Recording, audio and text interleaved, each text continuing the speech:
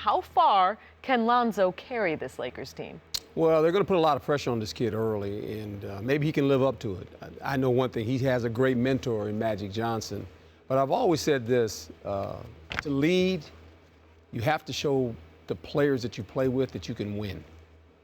That's what leadership's about for me. And I was in the situation when I can remember Chad Pennington being our quarterback when he finally became the starter. And Chad is an emotional guy, and I said, Chad, hey, look, you just play quarterback. And I said, when you start winning games, you can lead them. And it's the same thing, I think, in any sport. When they can look at you and say, hey, okay, we're going to follow this guy. You go back in the history of this team, the Lakers. When Magic Johnson arrived, they had an all-star team. Magic Johnson led a bunch of veterans. Kobe Bryant was a leader for this organization. So I think he is sitting in the seat to have the throne passed to him. It's going to be tough because he doesn't have a lot of parts around him right now.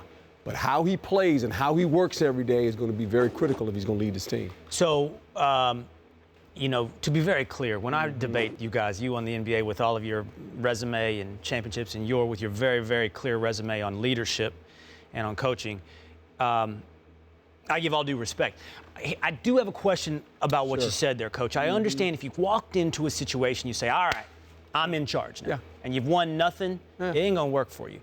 But I did play sports, despite what people might believe about me. I did play it at the collegiate level, and I've been on winning teams and I've been on losing teams. And the funny thing is, I've seen winning teams without good leadership, and I've seen losing teams with good leadership. Absolutely. The question is, as a leader, can you make your team better than it would be without you? Can you take that team to a level higher than it would be and make and inspire those around you to be better than they are on their own?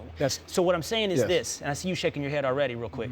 Lonzo, I think, has that and can do that. This man, both with his basketball IQ and who he is, just sort of how he carries himself, will be a leader without many W's on his chinks on his belt or whatever right away. Yeah, great leaders cannot give players talent. Right. God gives them talent. Right. But what they can do, they can put him in position where they can be successful. A la Tom Brady. Maybe one of the greatest leaders ever to play the quarterback position. When you think of the players that he's played with his whole career, he's basically maybe had two guys that'll go to the Hall of Fame that play wide receiver. Randy Moss and Gronk, if he can stay healthy. Other than that, he's played with really good players. But he lifts players up. And this is what you want Ball to do. But the problem is, you can lift them up all you want. That's great, but you got to win. Right.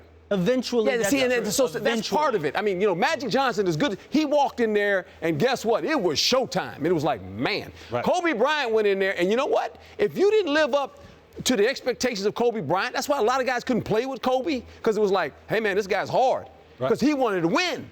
Only thing he wanted to do is win. And it's funny, Will, you said you've been on a team with had great leadership, but the team lost. Then that leader led them the wrong direction. Well, no, John, but the truth is, to what Coach said, he can't change the level of talent. Right. All he can do is maximize it. Yeah. Exactly. I'm just going to say, Ball, I knew it. The fact that I watched him play. Right. I even went and got a ticket to go watch him play because I wanted to see it in person. I didn't want to hear the hype anymore. And I said, well, they're right. He won't be here at the end of the year. And he should be the #2 pick.